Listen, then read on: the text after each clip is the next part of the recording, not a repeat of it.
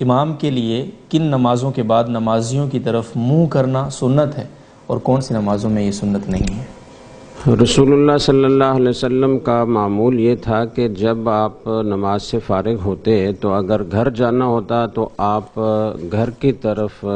رخ کر کے چل پڑتے اسلام پھیرنے کے بعد، معمولی اور مختصر ذکر اور دعا کے بعد،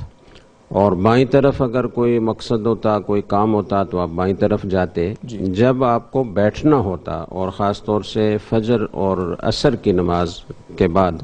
چونکہ اس کے بعد سنتیں نہیں ہوتی، اس کے بعد اذکار ہوتے ہیں، اذکار کے بعد آدمی دعا کرتا ہے،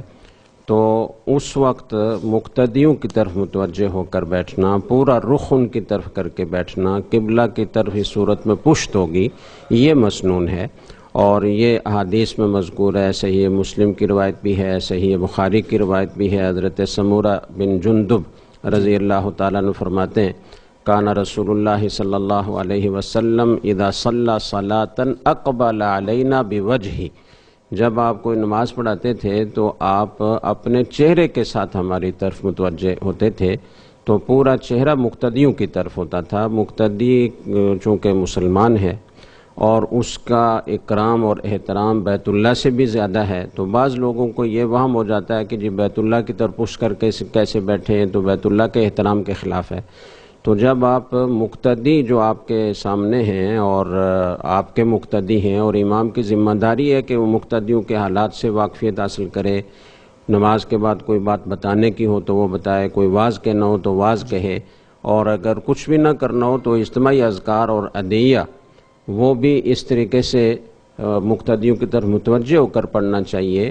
صرف قبلے کی طرف رخ کر کے بیٹھے رہنا یہ ایک قسم کا مقتدیوں سے اعراض ہے، اور اگر دائیں طرف آپ رخ کر کے بیٹھیں گے جیسے کہ بعض لوگوں کا معمول ہے، تو اس سے بھی ایک گنا اعراض مقتدیوں سے لازم آ رہا ہے کہ آپ ان کی طرف چہرہ کر کے نہیں بیٹھ رہے، یوں ایک سائیڈ کر کے بیٹھے ہوئے ہیں، تو یہ سنت نہیں ہے۔ بعض لوگوں کو اس میں شبہ ہوا ہے کہ یہ سنت ہے، وہ اصل میں ایک حدیث کی وجہ سے ان کو غلط فہمی ہوئی ہے جو صحیح مسلم میں ہے، اور اس میں یہ ہے کہ کان رسول اللہ صلی اللہ علیہ وسلم ینصرف عن یمینہ،